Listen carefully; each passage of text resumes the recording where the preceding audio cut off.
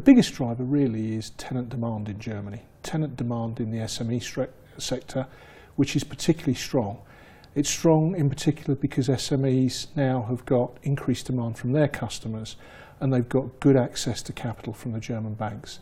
And that's been a strong driving theme over the last 12 months. Right.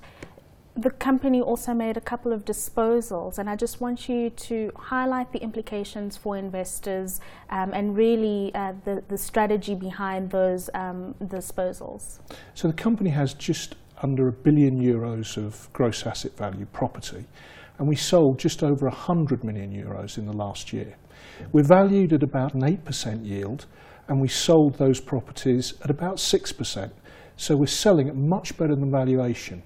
And the reason that we're selling is because those properties are mature, they're at more than 90% occupancy, and we can take the proceeds of the sales and recycle them into properties with much greater opportunity, typically that are about 40% vacant. Right, and that leads me into my next one. The company's also made significant acquisitions, and really the anticipated revenue that you expect to see from these.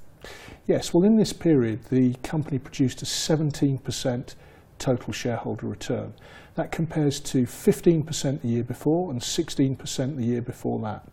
In fact, when we dual listed on the Johannesburg Stock Exchange in December 2014, we had a rand price of 5.22.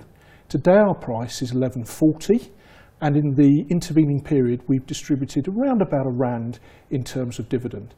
The currency is within 6 or 7% of where it was back in December 2014. So in less than 4 years, investors in South Africa have experienced more than 100% return from Sirius. Right. And part of the reason for that is that not only do we recycle, but we also acquire at quite a rapid rate. And last year we acquired €163 million of property with again about 40% vacancy, and it's that 40% vacancy that's going to drive the opportunity going forward, because we have a thing that we call the organic growth programme, where we can apply capital and invest in that vacancy and get a 40% return in terms of the yield on cost, which is one of the many reasons why we can achieve a 15 to 17% total shareholder return each year.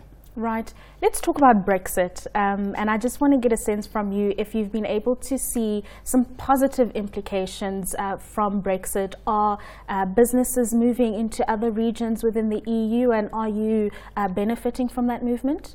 Well, what we're certainly seeing at the moment is we're seeing that the demand in the centre of major cities is increasing.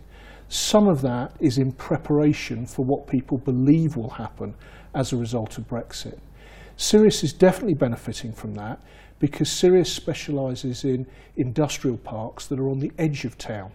So as demand increases in the centre and people are pushed out onto the edge, what happens is Sirius becomes a beneficiary of that demand.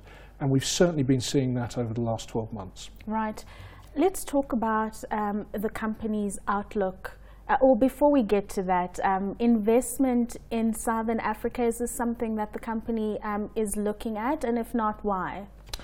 So one of the reasons that Sirius is in Germany and only in Germany is because we specialise in industrial parks. And there's an unusual dynamic in Germany, which means you can buy those parks at less than 50% of the replacement cost of those parks. And that's one of the things that makes the Sirius model in Germany so accretive. We would be delighted to run a business in South Africa, but we couldn't run a Sirius business in South Africa because those dynamics don't exist. But what we do intend to do is to continue to provide our shareholders in South Africa with the kind of double-digit returns that I've talked about. Right. And then the company's outlook in terms of your strategy, that organic growth, the acquisitions, what are you talking to investors about in terms of going forward?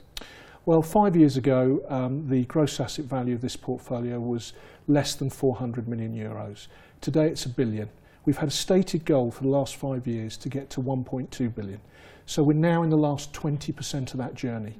And that is absolutely what we are focused on in the next 18 to 20 months.